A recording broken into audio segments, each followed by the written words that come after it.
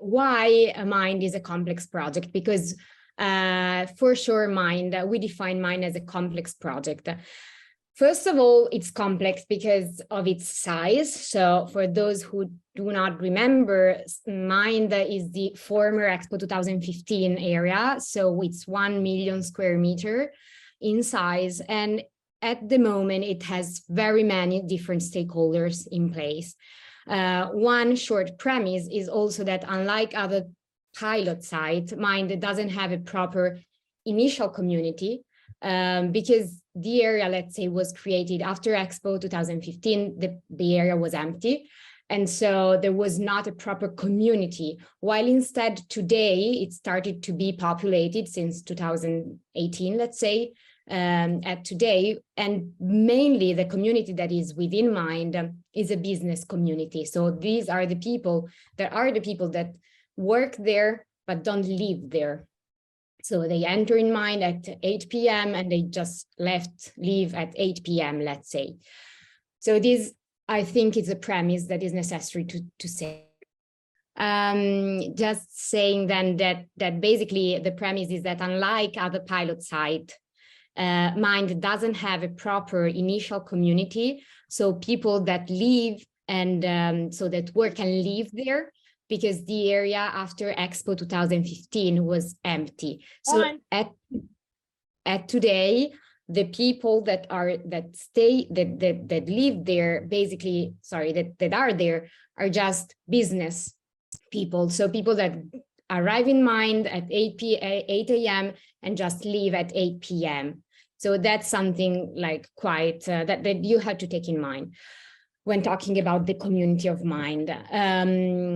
So the complexity is given by, for sure, the multi-stakeholder approach and multi-stakeholder regeneration project, because indeed Mind is a public-private partnership where you have Arexpo, that is the owner of the area, so 1 million square meter again, and Lendlease, that is the private developer. Arexpo is a publicly owned company, so by Ministry of Economy and Finance, Lombardy region, Municipality of Milan, among others. While Lendlease, we all know, is like the private developer in real estate that has the concession of that area for 99 years. So first important actors. Second, we have 5 public anchors. That means those organizations that are public and that are physically there. University of Milan it will arrive with its campus into 2026, but that means that these are like the basis of the innovation district. So we have Fondazione Triulza, that deals with social impact and third sector organizations and topics. Then you have the Galeazzi Hospital, that is an orthopedic hospital, University of Milan, Politecnico of Milan, Human Technopole Foundation, that is a scientific hub for life science and genomics specifically. And then another important stakeholder of the area is the so-called federated innovation. Basically, that is a model that has been created 2 years ago, almost, that comprehend some large companies, from large companies to startups. At the moment, there are 37 companies that decided to join together within that model in a pre-market phase, working on research and technology projects across different verticals, such as healthcare, agritech, proptech, fintech, healthcare and life science, and cooperate to compete. So they cooperate in a pre-market phase for then going into the market and compete. And then we have, talking about the local community, as I was saying, not internally, but we have 16 fragmented surrounding municipalities around Mind, that each one of which has its identity, among which Rho, Aranzate, Arese. So the fragmentation of the surrounding territory make it quite hard to find a common theme on which to work on. And then finally, just saying that there are everyday multiple and diverse relations and partnerships that are under discussion and that take place in Mind. So that to say that this is a very vivid environment. So how T-Factor entered in that environment, in that ecosystem, and how we approached it. First of all, we mapped the area, as you can see from the image. So we basically mapped with a desk research analysis the area, both also within mine and outside mine. And then we start testing the waters. So we created some discussion tables with different stakeholders mapped. So profit and no profit, business within and outside mine, and so on. And we start investigating the needs of the territory, the needs of the actors, their strengths, and especially also the relations that exist, so that we're already in place among these stakeholders. So it follows that we start internally targeting the needs, so the key needs of the area, and possible beneficiaries to address our actions too. And then finally, we decided, and that's, I think it's a key word, to select the actors to start our pilots or our T-Factor pilot activities with. And that's a key word, and I will go back later to that, because when we selected them, we based our selection on their attitude, whether they were collaborative or they participated actively to our sessions, they had the experience to pilot with us, and so on. So basically, we ended up with the model that is the one that you can see in the slides, and basically, so this spoiler, let's say, is that we came up with this model after completing some of the activities. So the first 2 years we were dedicated to approach the ecosystem, making interviews, work with them, the things that I said before. And then we came up with this model that we now want to, that is now used in T-Factor at Mind to, let's say, interpret also the new actions that we are about to launch within that model. So this model, basically, as you can see, has 2 different layers, let's say. We have mind at the very center, and mind is, let's say, composed by 3 components of stakeholders. That is the business one, third sector, and education, so academia.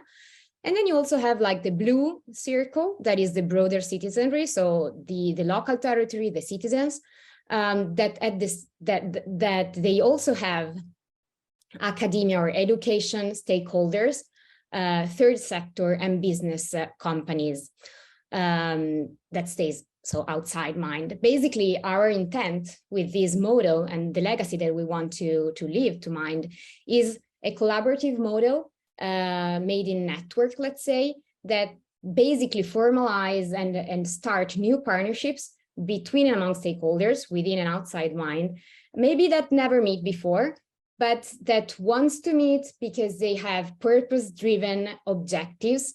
And so basically, through that model, we create like a complex, like we organize that complex ecosystem through collaborative and purpose-driven relationships. So now basically I'm going to, we are going, because I'm supported by some of the other local coalition partners. We're going through some of the activities that we have carried out using that lens, so using that perspectives. Basically, the first activity that I want to tell you is the so-called Community House and Futurabile project. Basically, we start conceiving that so-called Community House as a symbolic space for mind and for the area that gathers multitude of actors, both within and outside mind, of different nature. So in that specific case, with this specific project, we are involving one business company, so one business stakeholder that is called Rold, which is a highly technological manufacturing company that is located in Mind with their research, with their laboratory, and also they have a research academy. And Coopera, that is a not-for-profit organization that is a consortium of social cooperatives in one of the, like that work in the surroundings of Mind in the northwest of Milan. Basically, we gathered together and we decided to carry out a project, a pilot project that we co-designed together and that will be launched in the next months. Basically, that is composed by a series of theoretical and practical moments for young people that goes from 18 to 35 years old, that basically give some theoretical and practical educational moments regarding artificial intelligence, Industry 4 and 5.0, rapid prototyping, and new generation materials, in order for those beneficiaries to orient or reorient their career path. And eventually to support real life projects or business ideas that they have. So basically, we are leveraging on, in that case, we are leveraging on technological knowledge of Rold and relational power, let's call it like that, and local knowledge of Coopero. Then next, I leave to lend, I think, to Andrea. I think this is me. Yeah, it's Francesca. Yeah, okay, fine. Yeah. So another activity that we started from the very beginning, in order to select and understand what could have been the stakeholders to be involved in our pilot. So also trying to figure out the one that were showing more interest and more participation into this kind of initiative. We set up a series of guided tours of the area, starting from the emerging need expressed by people both inside and outside Mind, to understand better what the regeneration project was and what are the plan for the future of this area. So to do that, we involved the 4 anchors that Valeria was mentioning before, so the key stakeholders of the area, and together with them, we designed a journey inside the district, where during which they were participating, telling their stories to the participants, to the visitors. After this, we organized a first tour in November, and it was super well perceived by the participants, but also by others who actually couldn't participate, to the point that we then were asked to organize many other tours like this in order to make them explore and get in contact with the district. And also we were asked by other actors from outside Mind, such as the FI Association, which is a non-profit organization that take care of heritage and I don't know how to say in English. Environment. Yeah, I mean, it tried to promote the heritage of Italian territories. They were also organizing their own tours inside the district in order to make people start knowing about it. Yeah, and then we had another one, Andrea. Yeah, in this specific case, the sort of guided tour was called workshop because it was aimed in a first experimental activity that was run in the second year of the project to deliver alternative mapping of the cultural and landscape ecosystem of the area. So here we explored how people perceived the accessibility and the landscape of Mind, first of all, from outside the site. So we activated some key actors in the neighboring communities, and we addressed this activity to citizens, to local associations, through representatives of public institutions, we basically organized a walk and a bike ride. And during these two activities, we asked the participants to share their knowledge about landscape and also to fix their impressions, their emotions that were then processed through some cards and was formed part of one of the tools that T-Factor released in 2021. Actually, also this activity was quite well received. So the tenants of Mind were really interested in exploring new possibilities in the future to involve local actors.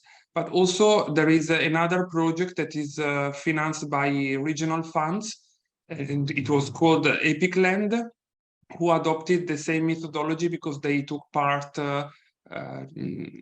to our activities, and so it was replicated on the heritage of agriculture and historic villas.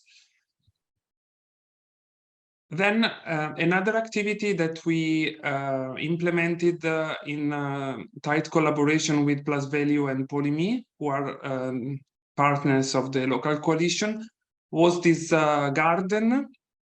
temporary garden called Herbula, that was conceived as an innovative herbal garden to raise the awareness of tenants about the biodiversity on the area, but also on the use that they could do with the local plants. And not only to the tenants, but also to citizens and to the surrounding community, so that they could use this garden as a sort of sharing platform for sustainable habits and temporary uses. We have involved with Politecnico in some external players who became partners of our project. Some of them contributed to the realization, to the real implementation of the garden, such as Harpo and Woodblocks, providing some of the materials in kind. And some others supported us in the selection of plants and running some foraging activities, for example, wooding, that is a wild food lab from the region, so that we were able to activate this garden since the first month it was created in October 2022. Yeah, and starting from this temporary space, temporary garden we have created, we have then developed other activities, and I will mention two in particular. The first one is that we call Herbula Lab. Basically, we decided to dedicate a section of this temporary garden to anybody who wants to experiment on urban biodiversity and agriculture innovation, let's say. And always with the same mission of make a better use and improve knowledge about local plants and green elements. So in our prototype, we involved a high school to do that. We involved an agricultural high school from the north side of Milan, so pretty close to the district, and two classes of students. Actually, we started with one, but then they really appreciated this kind of participation and engagement, and so they decided to involve another class. These two classes of 30 students approximately are now working on defining a selection of local herbs and flowers to be planted in this experimental area, and then they are also identifying recipes for for processing these herbs and flowers and using them in daily life, not only for culinary purposes, but also for cosmetic or other herbal preparations. So, and this is again to improve knowledge about the richness of urban nature that we actually can exploit in many different aspects of our daily life and of our lifestyle. All the contents will then be displayed also digitally and made available to everybody who will want to know about that.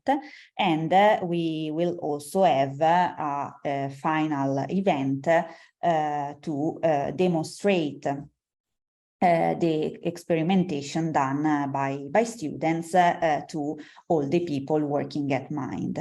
The second activity I want to mention is always involving schools, but in this case, primary and secondary schools, always from the north west part of the city, so always from the surrounding municipalities. And in this case, we are developing together with a local association a urban biodiversity activity aimed at, again, generating knowledge on this topic with children or younger people. We are designing a journey throughout the district, throughout the different green areas currently available in the district. And students will be also involved in building nature-based solutions such as bug hotels or planting seeds in another part of the Erbula garden. Again, in the end, they will be invited to elaborate something that we will display into the area so that everybody could know about this process and be engaged in the future.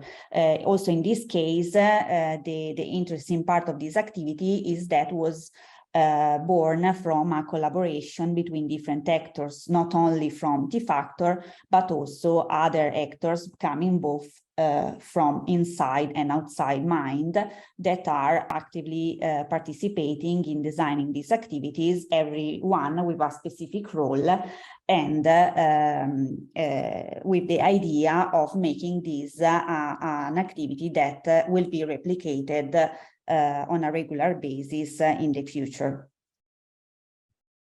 Thank you, Francesca and Andrea.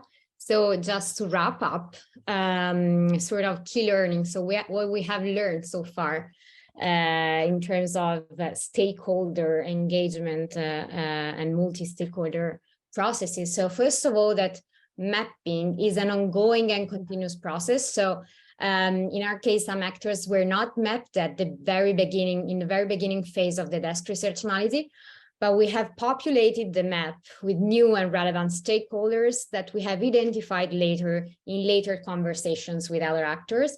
Let's say that the desirable situation for Mind is to keep on with this network map that you see on the right, in which every stakeholder, it should become a focal node of the network and who can eventually generate new opportunities, especially because, as network map says, you can sort of predict what future activities might work if you look at the network that you have. So if you look at the stakeholders map that you have created and that you have, it follows that you have to accept that you cannot involve everybody from the very beginning.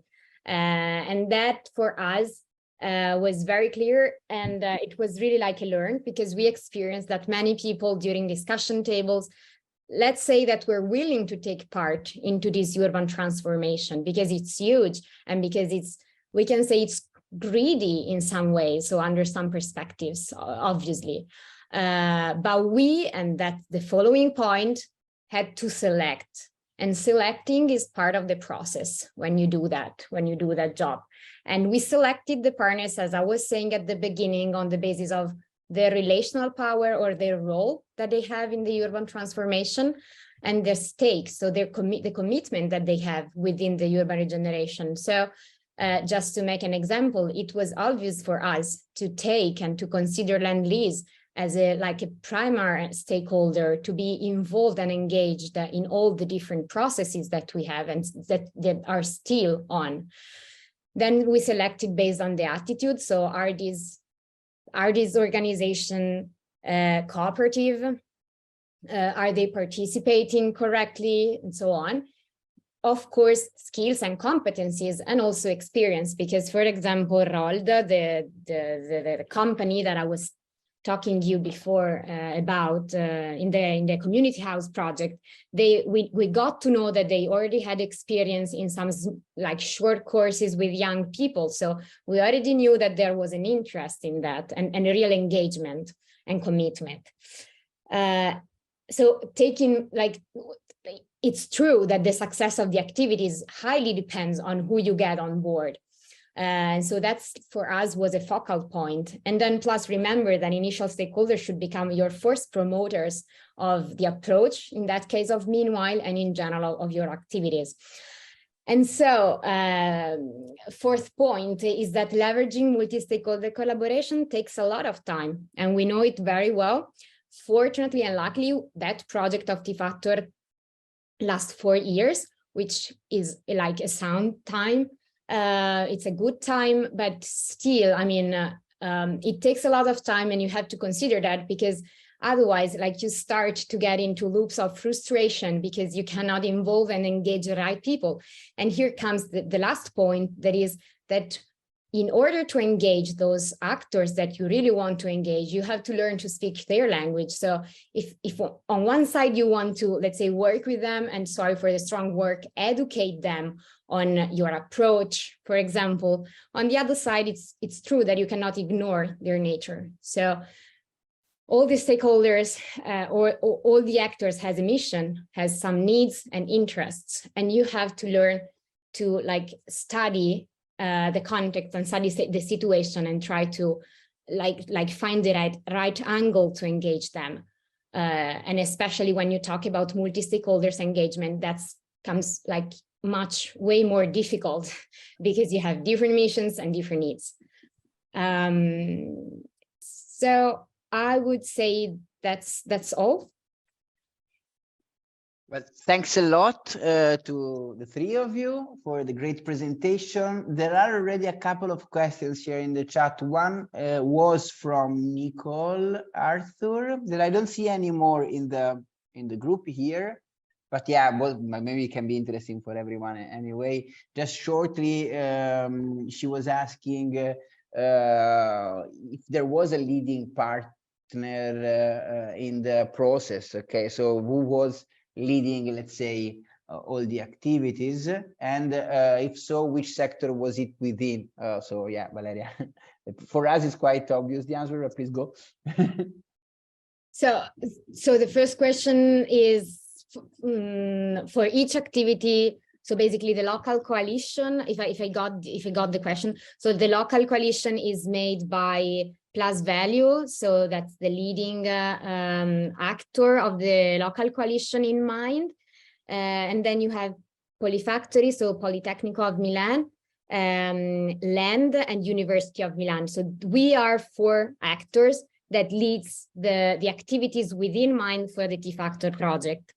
And so basically, depending on our nature and our role, we managed to carry out these activities. So so smoothly, let's say. And then the second question was about, sorry. No, you answered to that, the sector the actors were coming from, so you said it. So maybe I haven't, Plusvalue is the consultant of Lend-Lease. And so basically that made it very much more easy, let's say, coordinating with Lend-Lease, because we already have a role in the mine project. And then we have academia, so Politecnico and University of Milan, that has this great knowledge on design and processing, designing the process and so on. And of course, scientific knowledge. And then we have land that are also consultant of land lease, so in mind for the open spaces and green spaces. So we leveraged on our strength and our roles and positions and our nature, let's say, to carry out those activities. And something that I also like, probably a reflection more, is also that at a certain point, during the process, we decided to restart from where we had elements. So how can I say? So instead of starting from blank space, we decided to leverage on what already was existing and on the strength that were already existing in the area and among the stakeholders, because we recognized that otherwise it was much more challenging. Okay, perfect. Thank you, Valeria. Other three questions we do have. One from Gerci. I will take this for first because it's quite straight, and she just wanted to rehear the main goal of the project and who was the main client. Okay, so well, Valeria, if you want to go, or anyone else, I can also go, but please. Are we talking about mine or talking about? I think we're talking about mind here, yeah, of course. Okay, sorry. Yes, of course. Sorry, I presented mind is, as I was saying, it aims to become, it's an innovation district in Milan. It aims to become the biggest innovation district in Europe in life science and deep technologies. Land Lease is the private developer of the site, as I was saying at the beginning, while Arexpo is the public company that owns the area. So there is a public-private partnership in that project that is the basis of the project. And of course, this is a huge area that has been regenerating in Milan. Okay, thank you. Then maybe one question and one request. The request is if you can show again the last slide, well, not really the penultimate, I would say. Okay, not the last one. Okay, the one with the key learnings, I guess they wanted to. Are you seeing? Yeah, you're. Yeah, please go full screen. So yeah, or even that we can read it. Yeah. And meanwhile, there was also a question from Adam. Okay, so how are collaborators remunerated for delivery actions? So is it all match funding based on synergy or shared goals? Or are some partners funded to deliver specific tasks like budding? Okay, so who pays them? Okay, so yeah. Very clear. That's very clear. So we are lucky in the sense that being within the project, we are using the money of the project to pay experts, for example, to pay the expertise and time of these people. In some cases, we are even luckier because we have great partners on our side. And there are some partners that just decided to, for example, carry some workshops for free. And that's great. So you already see that we are supported by already a very collaborative, in some ways, context, but still the main project we presented, the expert and some part of the soil were paid by T Factor, yes. And then some other things were paid by the developer, Land Lease, especially those activities that we were doing in a joint way. So maybe T Factor paid half and Land Lease paid the other half, but that's always in view of showing how successful might be some process or some activities, so that then there is someone else that can take the ownership of this. And indeed, that's a good question. I mean, Adam, because of course we all are experiencing that in our pilots. And at the very end of this project, our main aim would be that at least one of the, like in our case, our model, but in general, like that some activities that we are carrying out are so appreciated and demonstrate that are bringing good results, that some stakeholders in the content, in the regeneration area says, okay, I want to take the ownership of that because I see the benefit. And that's also why we're trying to involve and engage as much as stakeholders, right stakeholders as possible, because we want to like enlarge the critical mass that could appreciate and then get involved into these processes. And regarding, yeah, sorry, Valeria, I didn't want to interrupt. I thought it was over. No, I said, I hope it's clear. Okay, yeah, it is. It fully is. There is one more question about awareness, but I will stop it because that question might apply also to the Bilbao case. So if that's okay, Clara, we'll take it later after the Bilbao presentation, because measuring awareness raising, it's relevant in both contexts. So thank you, Clara. We asked for this in 20 minutes, okay?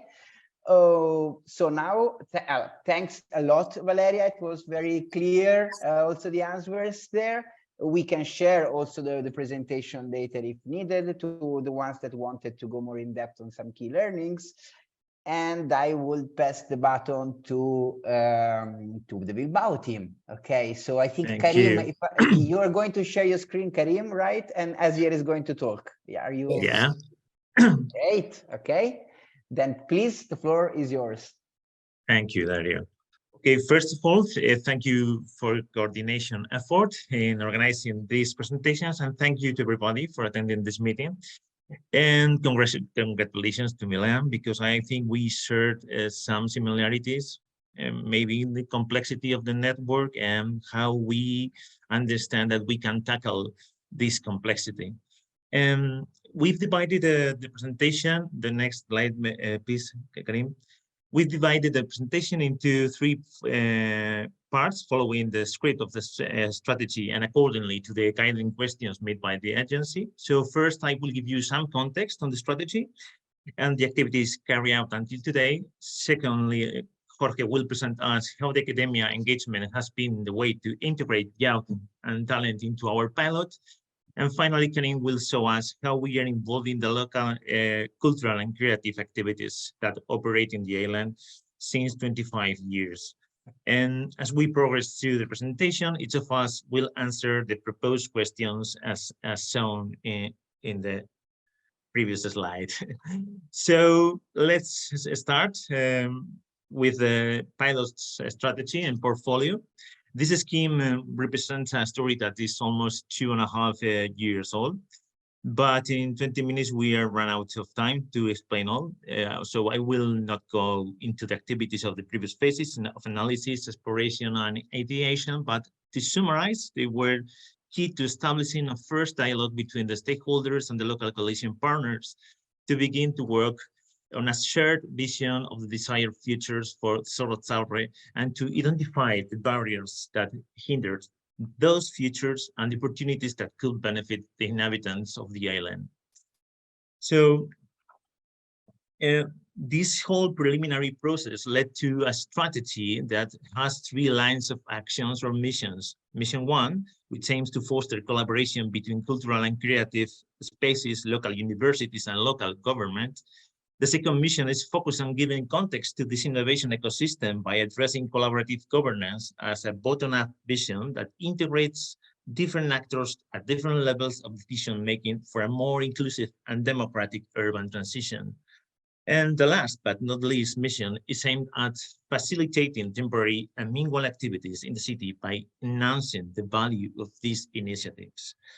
For the first mission, the first step consisted on organizing the Innovation Jam, a meeting where we invited the local universities, the University of Deusto, University of Mondragon, and the IED Kunsthal School of Design, and the grassroots initiatives that had shown interest in the project to co-design a program of co-creation of 3 prototypes around 3 topics that have been identified in the previous phases.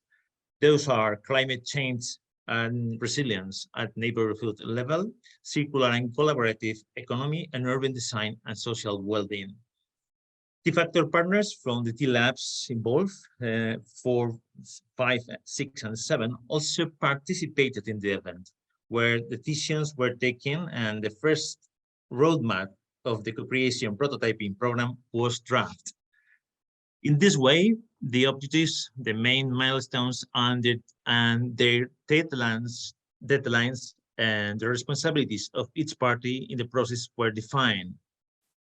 3 teams were formed, one for each prototype, co-led by each university, local university, and a member of the local coalition.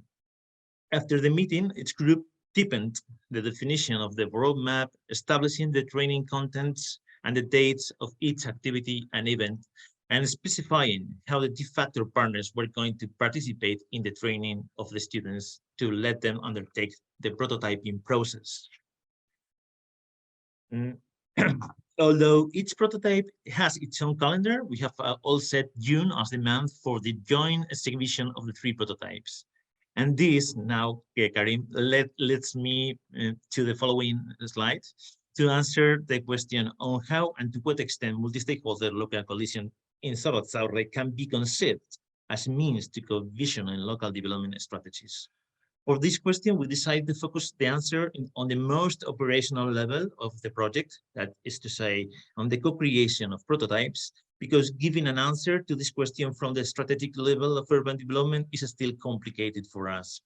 So focusing on the how, I will say that thanks to the work done in the Innovation Jam and the daily work of the teams in monitoring the progress of the prototypes, we have reached a shared vision on the potential of temporary uses in the urban development strategy, fostering clear and effective communication, identifying common objectives, defining the roles and responsibilities of each partner, setting the key milestones and corresponding deadlines. And also we want to remark the continuous communication through the prototype monitoring teams, that this communication gives us ways to be flexible and adapt the progress of the process. And of course, it boosts a climate of trust and respect between us. And thanks to this approach, we can say that we have achieved an active participation of the stakeholders involved, a high level of consensus through shared roadmap documents for each prototype, and through formal agreements with local universities. Also, we achieve a high communication level, and we are complying the planned timelines. And finally, at the moment, we are working on the tools for measuring the level of satisfaction. That's something very hard to do on the participants. And we also want to measure the quality of the outcomes. But we are really convinced that the measurement will be good for us. And in addressing the key areas that our vision of the theory of change wants to focus on, I would like to give some insights into the complexity of the pilot's multi-stakeholder ecosystem. Given the time available to me, I will focus on just a few facts. At the moment, we have 3 local universities working in a coordinated way on the same project. 10 meanwhile initiatives of the islands involved. 90 students in dialogue, or in a continuous dialogue with cultural and creative spaces, neighbors, and people from vulnerable groups living on the island. Also, more than 40 professionals are directly involved in the prototyping program. And we can say that we are creating a growing network around temporary uses as solutions in urban development. And last but not least, we have the active collaboration of the Zorrotzaurre Management Commission to find possible locations to establish the 3 prototypes. And this entity is crucial to be influential on the island's urban development because they work together hand in hand with urban planning department. Next slide. Well, I'm talking again about the strategy. I come back to missions 2 and 3. In the framework of Mission 2, in March 2022, we organized a workshop where local policymakers were invited and a large delegation from the Tuscany region attended. 4 cities, Dortmund, Barcelona, Copenhagen, and Gothenburg, presented 4 success stories in collaborative governance. And the aim was to be influential at the local level in the urban development of the island. Furthermore, in the framework of this mission, and thanks to the collaboration with Dortmund,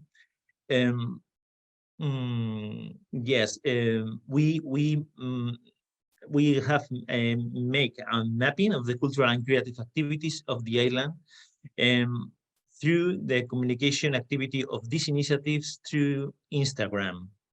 The output was a mapping that allowed us to know and visualize what are the topics and the narrative around these agents, to know what their interests are, and the projects who are following these initiatives. Finally, in Mission 3, on enabling temporary uses, we are working on a study led by the Technical University of Dortmund, where we are going to analyze the values generated by the cultural and creative activities of the islands. We want to obtain data that will allow us to be objective and make visible what is evident but now still remains invisible. Okay.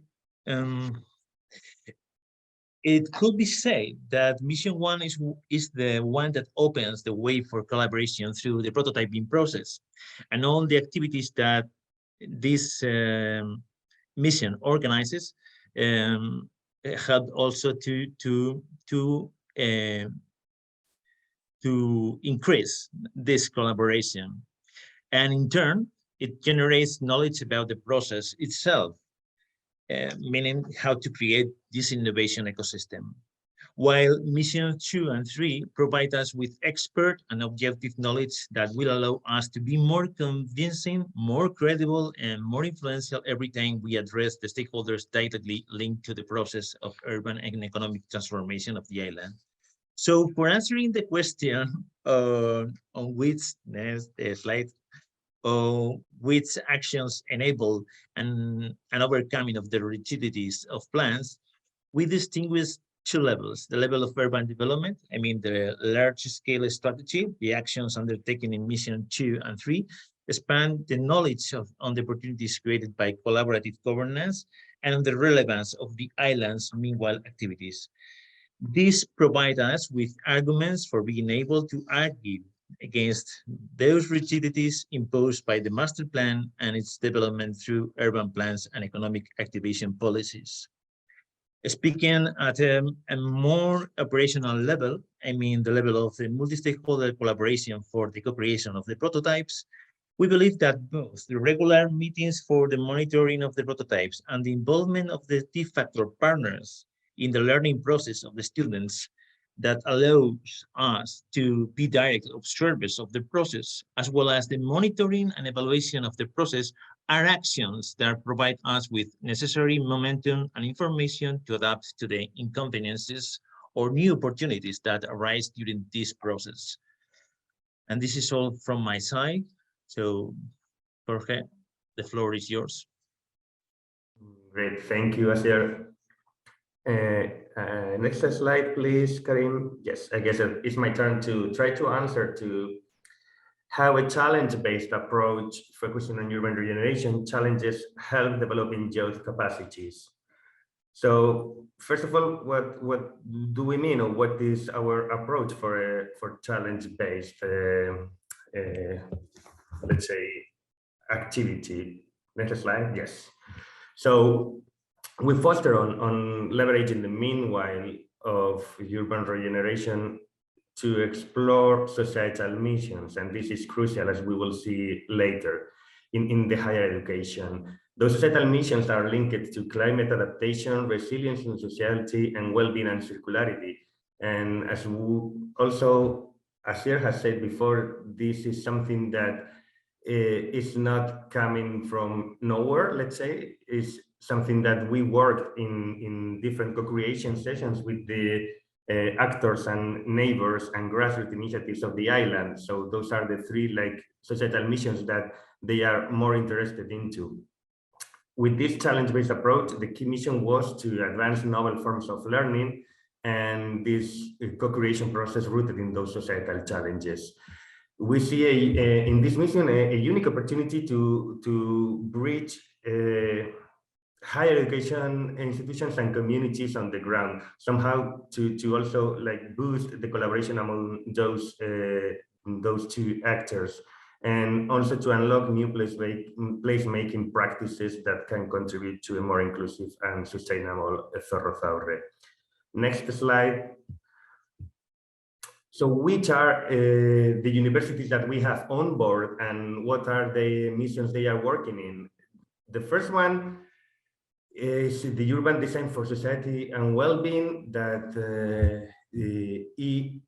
IED Kunsthal is helping us with their interior design degree to answer the question of how can temporary uses contribute to test new forms of social inclusion in Zorrotzaurre. I have to say that this university is located in the island. It's one of the 3 universities that at this point are located in the island of Zorrotzaurre. The second university that we have on board is the Mondragon University that is also located in the island. And the students from the digital humanities degree are helping us to answering the question of how can we establish a resource sharing system that supports sustainable economic development and conviviality in the neighborhood of Zorrotzaurre. And the third university that is helping us with their industrial design students is the University of Deusto, which actually is not located in the island, but in the surrounding neighborhood, that is Deusto. And they are helping us to answer the question of how can temporary uses contribute to making Zorrotzaurre's public space greener, more attractive and resilient to climate change. Next slide, please. So which are the key factors for success that we identify that we have learned so far? The first of all is flexibility. We have to carry this type of processes with a completely open mindset and flexibility without any kind of rigidity, because to be honest, the initial plan was not to have a challenge-based approach as we have it now, but it was to have an open call for collaborations where the grassroots initiatives together with the universities have to compete between each other. So in order to gain that trust that Asier was mentioning before, we finally decided to slightly change the approach and provide all the actors equal opportunities. I mean that this was important because we wanted to gain that trust that I was mentioning before.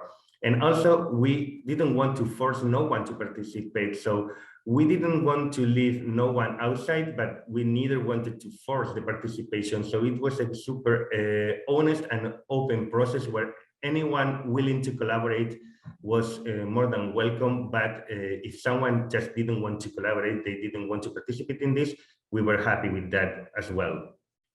In that sense, I think that we finally managed to build trust. It's true that each of the organizations of the local coalition, Espacio Open, Bilbao, Ekintza, and Tecnalia, we individually have already worked with several organizations in the island, but not as a local coalition. So we had to work on like building trust as a TIC factor local coalition. And to do that, it was also crucial to have the commitment of the universities and to show like we have also these universities on board and working with us. And in order to obtain that, we also have to ensure the universities that we were going to create official curriculum out of this challenge-based learning process. So that was also something that was crucial, like to ensure that at the end of this process, they could have official curriculum in their learning agendas, let's say. The challenge assignation that was made, that I was showing in the slide before, it was like very organic, or it was made in a very natural way. So it was based on the university's own interest and also the degrees thematic areas. So in that sense, it was very fluent and very, very organic. So once again, not forcing anyone to be in something that they just didn't feel comfortable with. Then another key aspect was to focus, as I said, on creating official educational content. This was crucial in order to have the universities on board. This is something that they from the very beginning told us, and this also was something that in a way were like the foundation of that trust that we built, that we just wanted to be honest with from the very beginning. So they told us that in order to be on board, they just needed to create official educational content. So the focus is on that. And the other relevant aspect that we focused very much as well was that we had to boost in a way the collaboration between the higher education institutions and the grassroots initiatives located in the island. That this is especially what Karim is going to tell us about a little bit later. Then we also have like the T-labs, the thematic laboratories of T-Factor playing a very special role in this process, where they, as a thematic experts in the field, in each of those three fields, could also help us to, in a way, build trust as local coalition, because they, in a way, give us like the level of the brand of a European level project, right? Because there are like super relevant and experienced universities from Europe that are helping us to carry out this process. So that in a way was really helpful for us to build trust among the different actors in the island. And then another crucial thing is that we have a different level of implication from the universities, but the same commitment. What does this mean?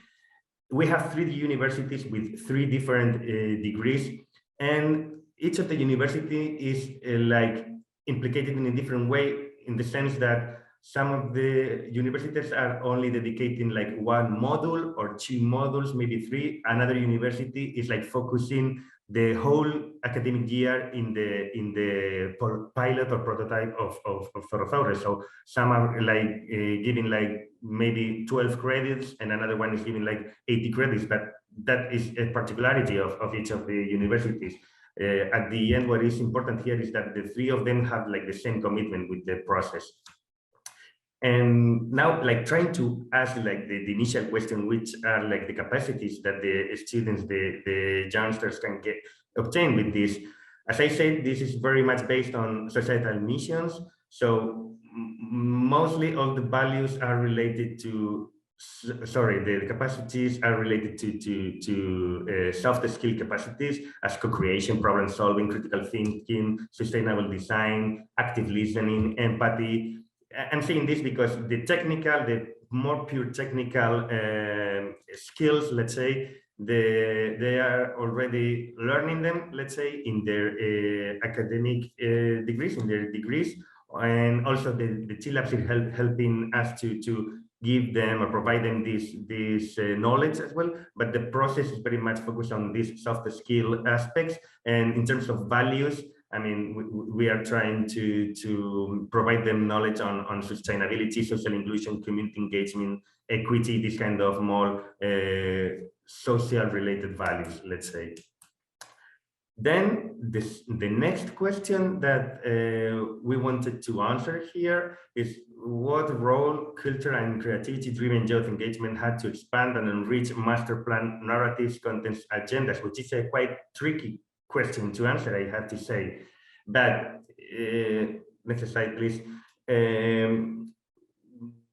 Well, before going to the answer itself, these are like some pictures of actual activities, mock-ups, workshops, and so on that the students in Zorrotzaurre from the 3 universities have already carried out or doing. You can see a very nice mock-up there, and some co-creation exercises that they were doing related to the 3 different challenges, let's say. So you can see that they are actually working on the field, let's say. Next slide, please, Karim.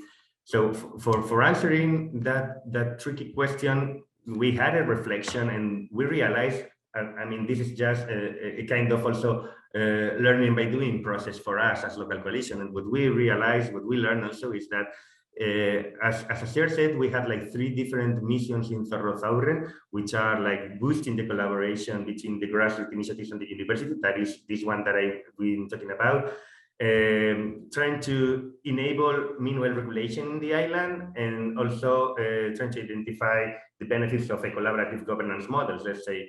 And what we realize is that this first mission, the one related to the youngsters and the universities, was the catalyzer in a way for the other 2.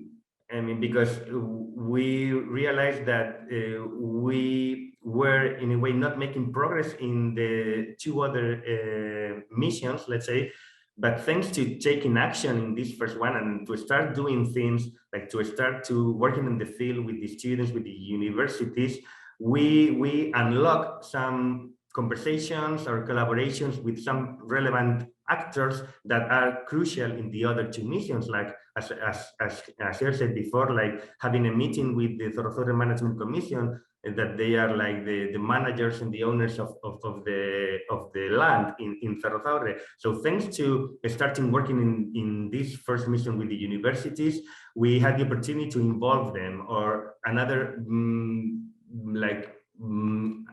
situation that we could unlock as well is that we have a neighborhood association that they just didn't want to collaborate with us at the beginning, let's say, but thanks to the students from Mondragon, that they started a conversation with them in order to try to identify their needs in this co-creation process, we in a way could like carry out the kind of Trojan horse in a positive way approach, and they helped us to unlock that conversation with that neighbor association. So I would say that this mission, this challenge-based mission with young students, helped us to unlock aspects related to collaborative governance or to regulation in the island.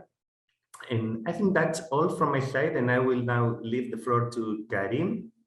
Hello, everyone, and hello to our students in Eureka, which Espacio Open also is a part. We will see each other tomorrow, and we can discuss what we've learned today from the presentations.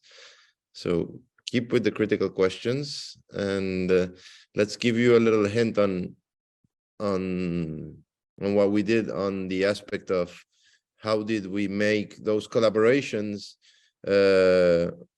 try to canalize the energy of what was already there, no? So, and we kind of went by intuition to the idea that it was important to make bridges between actors that were on parallel tracks. You know, the universities were on one Zorrotzaurre, the grassroots institutions were in another Zorrotzaurre, and there wasn't that many bridges, or there were some, but those things for sure could definitely use a boost, especially now that the uncertainty is going to skyrocket as the plan would move forward. And there's still this idea that Zorrotzaurre is a very, very interesting piece of land where to build apartments. And so how can we create, in all these uncertainty and all these layers of complexity, trust among actors that usually don't talk to each other? Well, the first thing that we said is we have to take in account that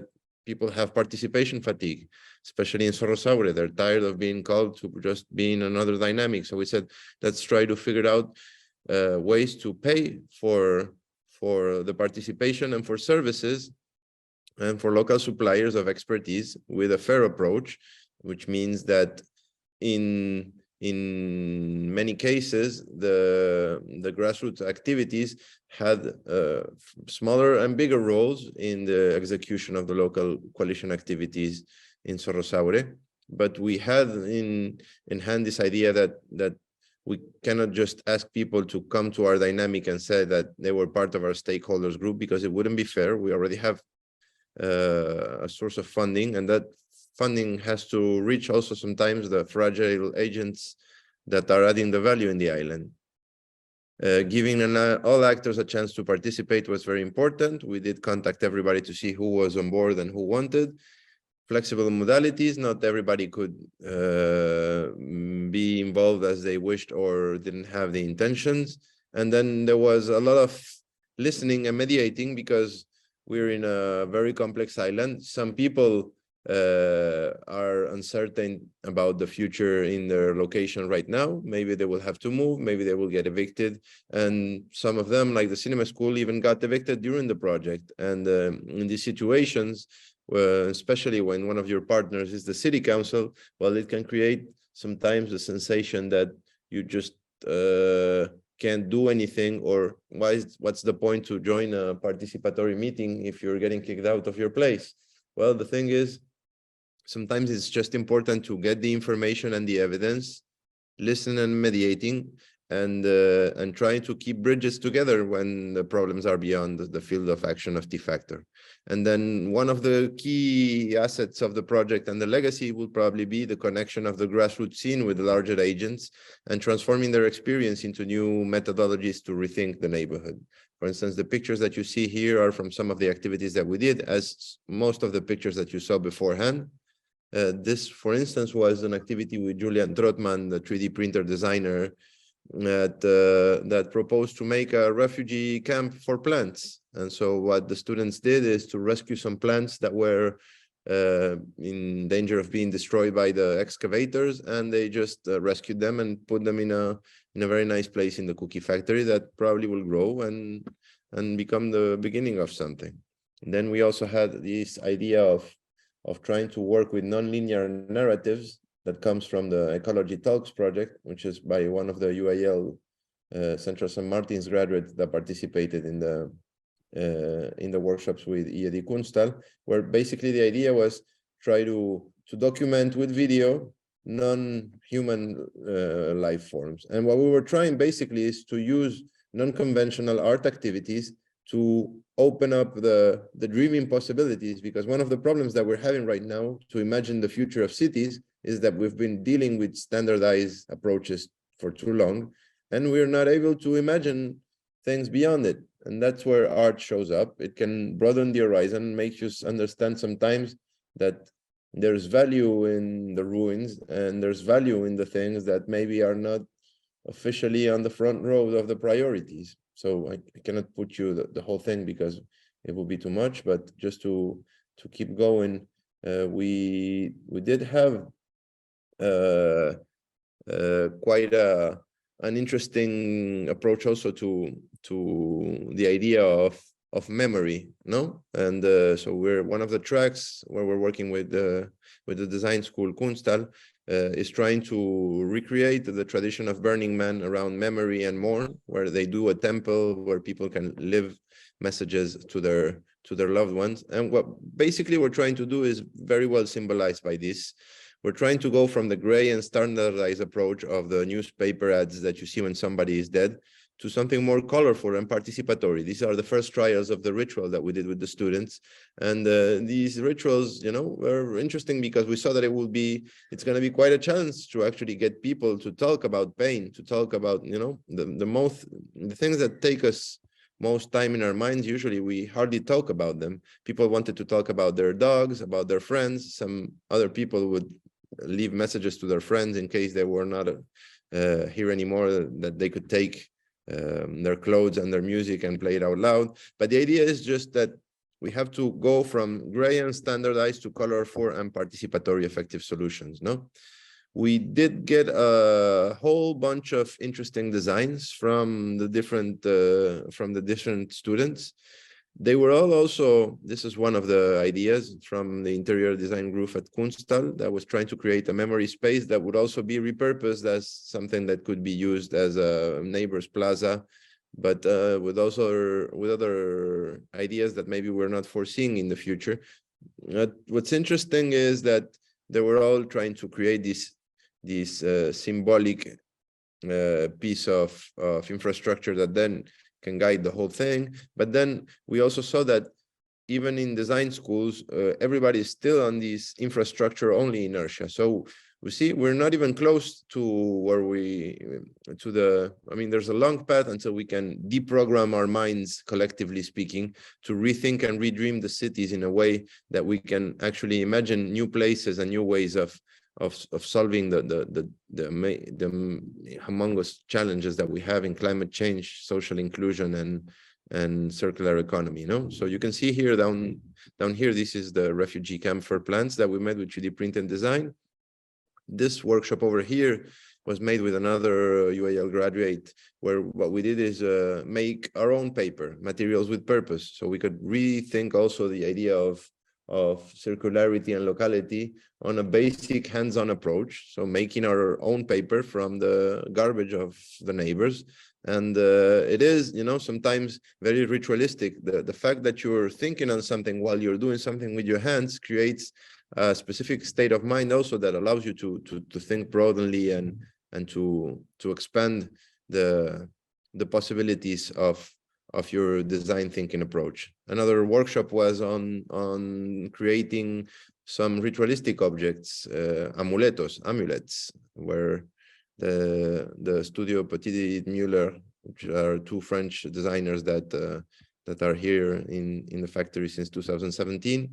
We're also digging deeper on this idea of memory ritualization and the use of physical objects to transmit culture in a different way. And just to show you the rest of the partners, of the non-partners of the project, what type of activities happen in Zorrotzaurre, just so you get a feeling. The grassroots initiatives, some of them come from arts, some of them come from design, some of them come from sports. Well, the first time in history that most of the initiatives got together for one public event was the Zorrotzaurre Ribera Zabalik Festival that we did in October 2021. Now. It's been a long time. And basically, what we did is try to work on the things that we have at hand, which is let's use the resources that we have in T-Factor to work together to make things that we can collectively work on in our field of action. We cannot change the urban plan or the master plan, or we cannot guarantee that anybody will have a specific place and a specific future in the island. But in the meantime, what we can do is keep gathering evidence, keep making connections among the actors. One of the positive aspects also that we can see is that some of the learnings and the experimental methodologies that we showcased in the collaboration with the universities now is becoming matter of interest for the universities themselves. So they're probably going to partner with some of the grassroots institutions or organizations for some of their activities. And nobody knows what the future of the island will be like in the following years. We know that there is a sense of fragility that is increasing among some of the actors, but at the same time, I would like to say that we've made also some interesting coalitions here in Bilbao, because usually you don't get to sit at the same table as the city council when you're a grassroots organization.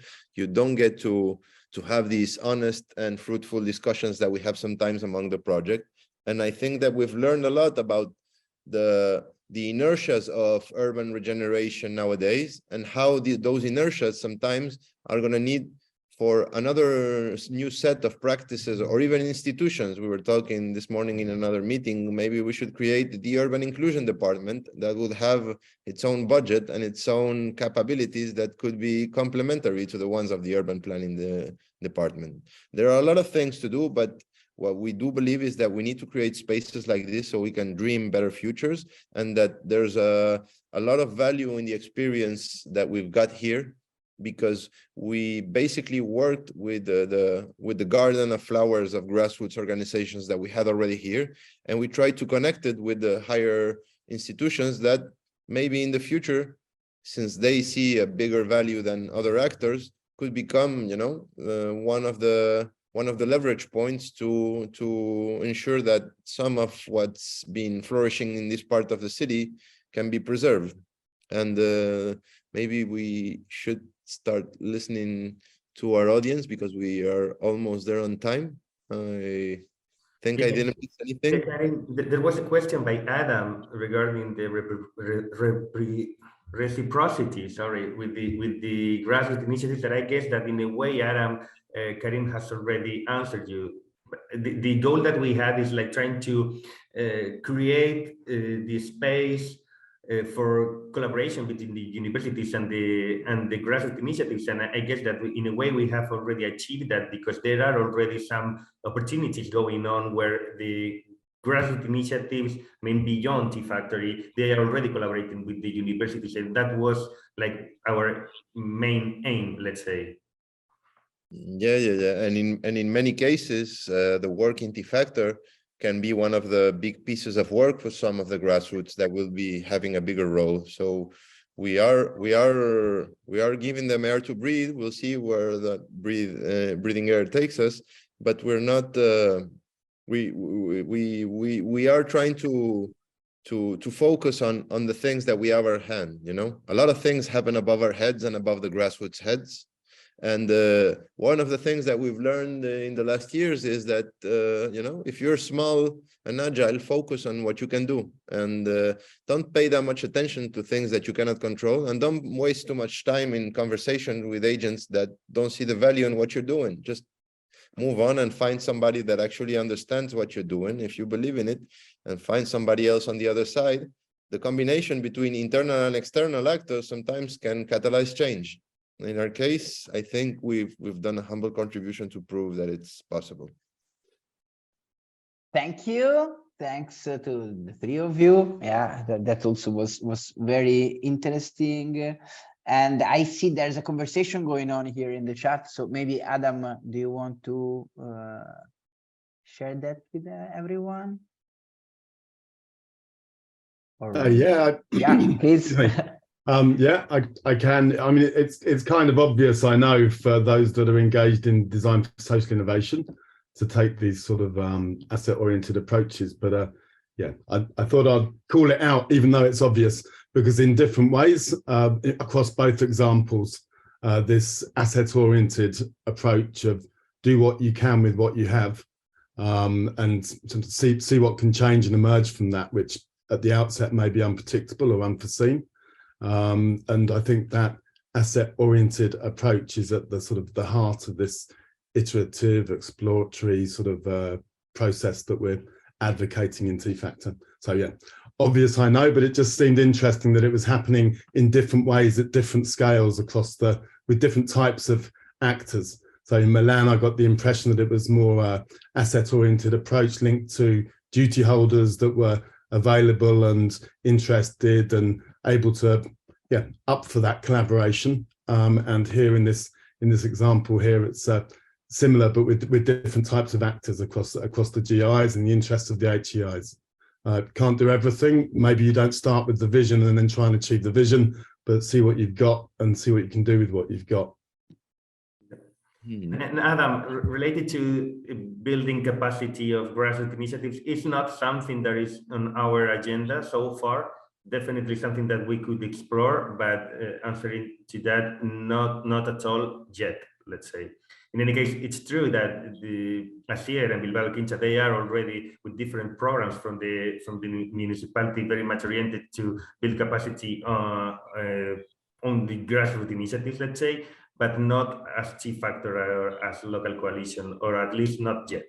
Yeah, but what is true also is that several of the grassroots that were in contact with Bilbao Ekintza through this process now are in the assessment process with Bilbao Ekintza, and they're collaborating in the design week. So there's this interesting indirect outcomes that we didn't mention, but it's all about trying to put into practice. You know, everybody talks about creating ecosystems, but creating ecosystems is hard. It's easier to try to steal your neighbor's projects. And you know, if you're a city, what you're trying to do is try to get the neighbors' projects to come to your city instead of trying to support what's already there. And everybody talks about ecosystems, but then very few try to put it into practice.